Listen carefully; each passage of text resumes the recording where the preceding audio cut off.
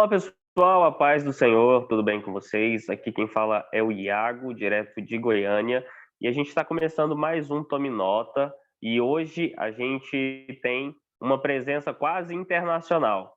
Hoje está conosco aqui o autor da lição de número 6, Pastor Lorandir. Pastor Lorandir, seja bem-vindo ao nosso Tome Nota. Tudo bem com o senhor?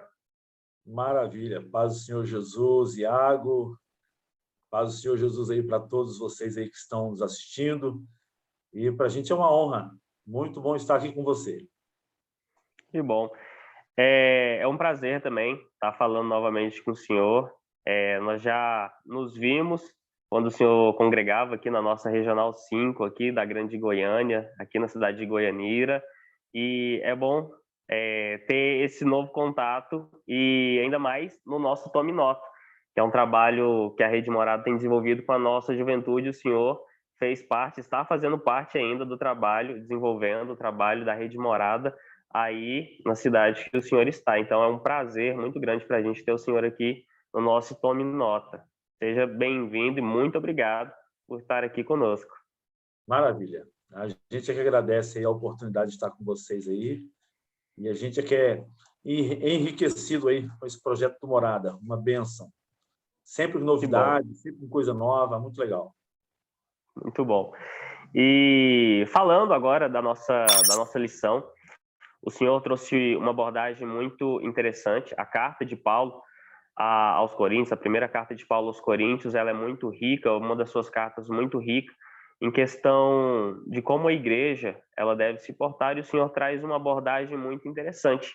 E eu gostei que já no começo, falando, já na introdução, o senhor destaca como que aquela igreja, eles viviam com uma certa liberalidade, uma certa permissividade em relação a algumas práticas sobre a imoralidade, né? Até está no texto ali que o senhor traz, já no começo da lição. E eu queria saber do senhor, o que o senhor acha que fazia com que eles tivessem essa liberalidade no meio da igreja de Corinto? O que gerou neles esse estilo permissivo que a igreja tinha naquela época? Bom, primeiro eu quero dizer que realmente eu estou bem aqui, quase internacional, né? Você falou bem, quase internacional. Eu estou aqui na fronteira, né? Com a Aham. Argentina e o Paraguai, né? E muito legal isso aqui, essa experiência. Bom, a questão da introdução aí da lição, que para a gente foi um prazer enorme e um aprendizado muito grande falar sobre esse assunto, e nos trouxe até a luz à nossa mente a questão da introdução da igreja de Jesus dentro de uma cidade tão promíscua, né? E o que se espera é de que a luz ela venha irradiar, iluminar as trevas. E de acordo com o que Paulo começa falando, ele diz assim: olha, eu estou impressionado que o que vocês estão fazendo está pior do que a prática dos cidadãos de Corinto, dos pagãos, né? Então, essa libertinagem, essa liberalidade, a maneira como a igreja vivia deixa o próprio apóstolo Paulo impressionado, né? Dá a impressão que eles estão mais avançados, né? Na liberalidade, na promiscuidade do que os próprios coríntios. E o senhor também falando, né, da igreja de Corinto, o senhor faz até um contraponto, trazendo uma comparação com a igreja dos tempos atuais. E o senhor faz essa relação dizendo que a igreja de Corinto, ela tinha certas falhas que hoje é visto também na igreja atual. Quais seriam essas falhas que a igreja de Corinto deixava a desejar, que Paulo puxa a orelha deles, e que hoje o senhor vê que a igreja do século XXI também tem deixado a desejar e que, de certa forma, tem gerado uma permissividade e tem até uma certa falta de temor por certos lugares, certas denominações? O que o senhor vê que a igreja de Corinto fazia e a igreja do século XXI tem feito também? Bom, eu comentei aqui que o fato de logo o apóstolo Paulo, depois de ter fundado a igreja, ter se ausentado, ocorreu algumas divisões na igreja. Uhum. Então, com a visão de Deus na vida de Paulo, a igreja caminhava de acordo com o evangelho que Paulo recebera, na ideia de que Paulo dizia assim: o que eu recebi do Senhor, também vos ensinei. Então, então a igreja ela vai caminhando nos ensinamentos do apóstolo Paulo. À medida que o apóstolo Paulo vai se ausentando de maneira presente, física, digamos assim, a igreja Uhum. então é, ela vai tomando rumos humanos. Então cada um junta o seu grupo, os seus familiares, seus conhecidos, ou então os seus admiradores, né? Os seus ídolos que ela levanta. Isso acontece muito na igreja hoje. E o que me chamou a atenção, inclusive a nossa escola bíblica aqui em Foz, ela acontece à noite. Ela acontece na terça-feira à noite. Então, essa lição nós estudamos ela hoje. Então, Uhum. inclusive, eu ministrei essa lição hoje. E o que nos chama a atenção é que a igreja de Corinto é uma igreja pequena. É uma igreja de aproximadamente 50 membros. Geralmente se vê uma divisão dessas, uma situação dessas, uma igreja muito grande, uma igreja difícil de pastorear, uma igreja onde o pastor não consegue alcançar todas as camadas da igreja, todos os membros, todas essas faixas etárias, enfim, visitar todos os membros. Mas a igreja de Uhum. Corinto é pequena. Ela tinha aproximadamente 50 membros, mas à medida que o apóstolo Paulo se ausenta fisicamente, ela então se divide. E na sua divisão ela começa então a dar lugar ao que o texto vai propriamente dizer, o contexto da carta. Ela vai dar lugar à carne, totalmente à carne. Embora é uma igreja riquíssima nos dons, mas uma igreja completamente pobre, completamente miserável no que tange à comunhão. Entendi. E o senhor acha que para a igreja de Corinto faltava para eles, por mais que eles tivessem o dom, faltava então o nascer de novo? Porque o senhor traz na lição que eles tinham muitos dos hábitos da população que era mista ali daquela cidade, por ser uma cidade metropolitana da época, eles tinham uma cultura muito mista, vários deuses, politeísmo e várias culturas se misturando. O senhor acha que por essa razão eles tinham dificuldade de nascer de novo, por assim dizer, nascer de novo em Cristo? Então, é uma pergunta muito interessante, porque como é que alguém não nasce de novo, mas tem os dons? Como é É que alguém não verdade. nasce de novo e profetiza? Alguém não nasce de novo e recebe o falar em línguas? Como é que alguém não nasce de novo, mas tem um dom de cura? É uma questão intrigante, não é? Uhum, E bastante. A igreja de Corinto era isso. A gente comentou hoje à noite sobre, depois daquele culto do reteté, depois daquele culto do manto, do aviãozinho, aí o irmão ia dormir com a mulher do pai dele. Olha É que verdade. contraste, que loucura, não é? Que Uhum. loucura. Então, assim, realmente a igreja de Corinto, ela era essa igreja rica em dons, de fato, genuíno, de verdade. A profecia era mesmo profecia, línguas estranhas eram mesmo línguas estranhas, e todo aquele mover era mesmo mover de Deus? Seria isso realmente possível num ambiente tão promíscuo? É uma pergunta e tanto a se fazer que a gente pode até trazer muito para os nossos dias, né? Sim, Existe muito mover, existe muito acontecer, existem muitos eventos, mas será que existe um nascer de novo? Será que realmente nós estamos nos tornando novas criaturas ou estamos apenas frequentando eventos, pulando de congressos para congressos, pulando de programações para programações, ou será que nós estamos de verdade, deixando a velha natureza e vivendo a natureza de Cristo em nós? sim. Fica a indagação. Não era não era, eles não viviam como uma igreja, viviam como como eu escrevi aqui, era apenas mais uma religião, era mais uma seita que havia em Corinto. Uhum. O senhor acha que isso tudo acontecia porque lhes faltava um padrão a ser seguido? Um padrão. Eu comento aqui que, mesmo que o apóstolo Paulo tivesse colocado um padrão para que eles pudessem seguir, eles jamais teriam conseguido. Porque a sua segunda pergunta foi: eles nasceram de novo?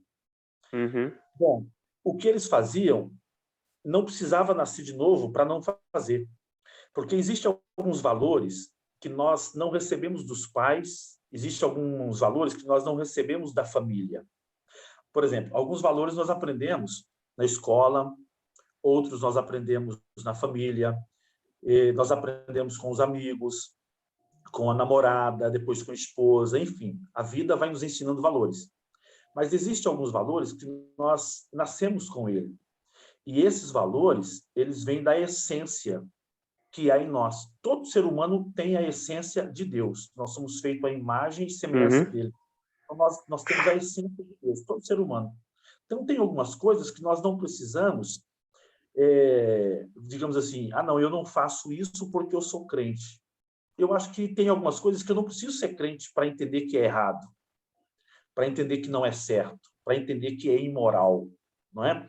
E a igreja de Corinto, o que ela estava fazendo era uma coisa que qualquer uma pessoa sem Deus, mas que fosse moral, poderia não fazer.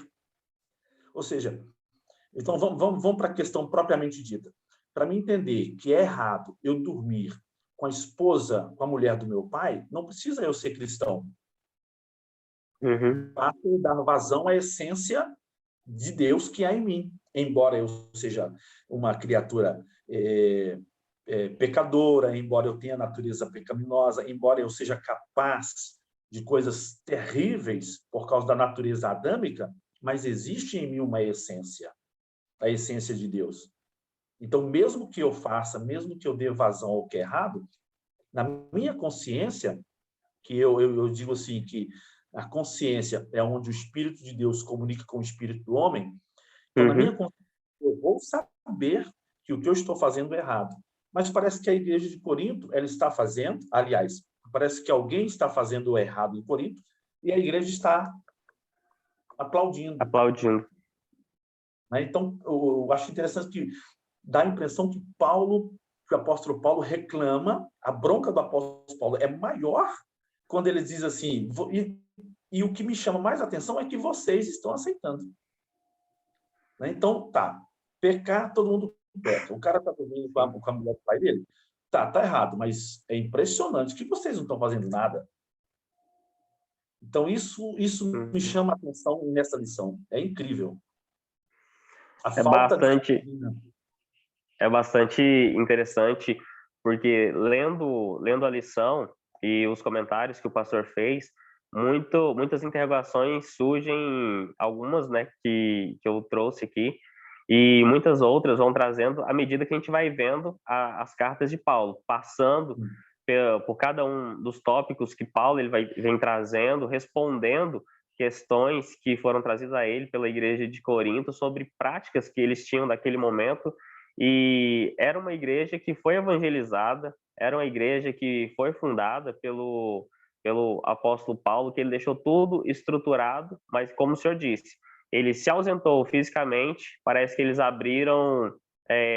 fecharam os olhos para o evangelho e abriram os olhos para a permissividade, aceitando que outras coisas que não estavam dentro dos ensinos, que não estavam dentro do que eles aprenderam com Paulo, viesse entrar no meio da igreja. E para a gente é um alerta Sim. muito grande também, que independente se os nossos pastores, se os nossos líderes estão nos vendo o que a gente está fazendo, ou estão 24 horas com a gente tem os princípios a serem cumpridos, tem os princípios a serem seguidos, e esses princípios foram estabelecidos por Deus, né? É aquilo que Paulo fala, nem de Apolo, nem de Paulo, nem de Cefas, mas nós temos que seguir segundo aquilo que nós aprendemos de Cristo, o próprio Evangelho. E como o pastor mencionou, são muitas as questões, muitos pontos interessantes que ficam para nós, e vai um estudo aí que nos acompanha por muito tempo pensando nele. Muito interessante. Pastor, muito obrigado por ter trazido esse estudo para nós. Realmente, eu lendo, fiquei muito pensativo. Sim, sim.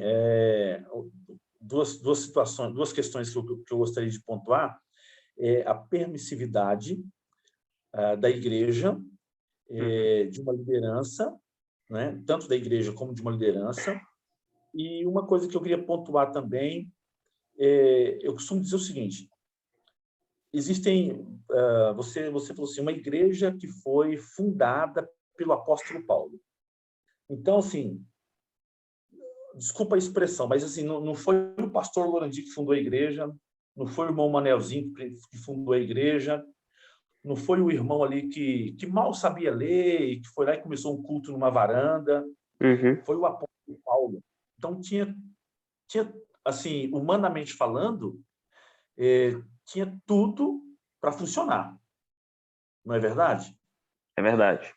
Então, só que eu costumo dizer o seguinte: se uma igreja, se um indivíduo ou um grupo, uma família, eles não tiverem um encontro com Jesus, o encontro com Jesus, de fato, nada vai poder transformar a vida deles.